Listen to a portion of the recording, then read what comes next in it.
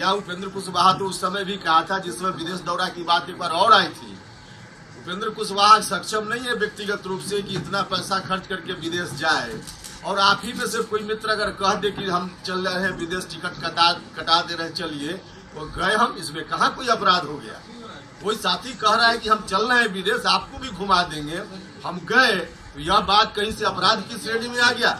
हम तो डंके की चोट पर कहते हैं कि विदेश गए, और विदेश गए तो इसमें भी बताए आदमी कि हमको जबरदस्ती ले गए विदेश, हमको डांट कर ले गए, हमको रिवॉल्वर दिखा कर ले गए। भैया आपने कहा, और मैं खुद सक्षम नहीं था, आज भी नहीं सक्षम हूँ, तो कोई साथी अगर जिसके पास पैसा है कह रहा है कि चलिए विदेश, तो उसमें क्या इतराज था। हम तो गए हैं और इसमें कोई अपराध की बात नहीं है।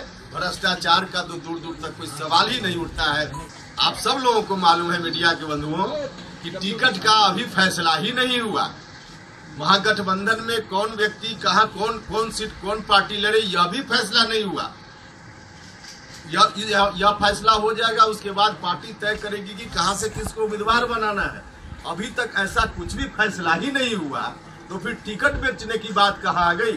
फैसला हो जाता तब कोई आरोप लगाता तो बात समझ में आती है, लेकिन फैसला ही नहीं हुआ और आप कह रहे हैं कि टिकट बेच दिया। जो सामान अभी मेरे पास है, अभी गया ही नहीं जहां भेजना है उसको, तो फिर बेचने का आरोप कैसा।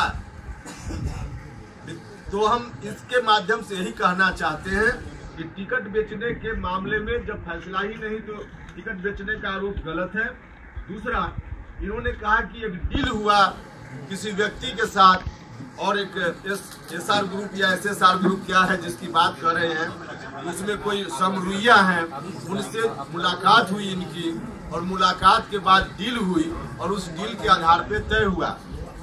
जिस मुलाकात की बात की जा रही है, उस व्यक्ति से जीवन में उपेंद्र कुशवाहा की किसी संदर्भ में धरती के किसी कोना में अगर एक बार भी मुलाकात हुई हो, अगर कोई व्यक्ति यह साबित कर दे तो उपेंद्र कुशवाहा राजनीति से संन्यास ले ले के लिए आग्रह किया था।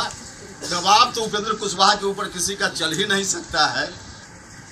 दबाव अगर उन्होंने किया भी हो तो हमने दबाव महसूस नहीं किया है, सच यही है।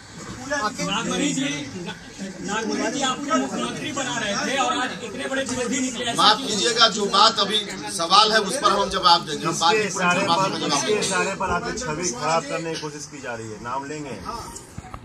नहीं, नाम लेने की जरूरत नहीं है। नाम धीरे धीरे बिहार की जनता को मालूम है, और जिनको न मालूम है मालूम हो जाएगा। सर, आखिर ये आपने कहा कि ये सूत्रधार है, जो सूत्रधार है उनका नाम लेने में आप इतना परहेज क्यों कर रहे हैं? परहेज नहीं है, लेकिन स्ट्रेटजी हमारी है, समय पर हम नाम लेते हैं। सर, ये 45 लाख जो उन्होंने जमा किया आपके पार्लियामेंट स्ट्रीट हाउस अकाउंट में, आखिर ये पैसा क्यों किया? क्या उनका वो प्राइवेट पैसा था, वो अपने निजी पैसा आपको दिए थे? अभी तो उनसे पूछिए ना कि कौन पैसा दिए।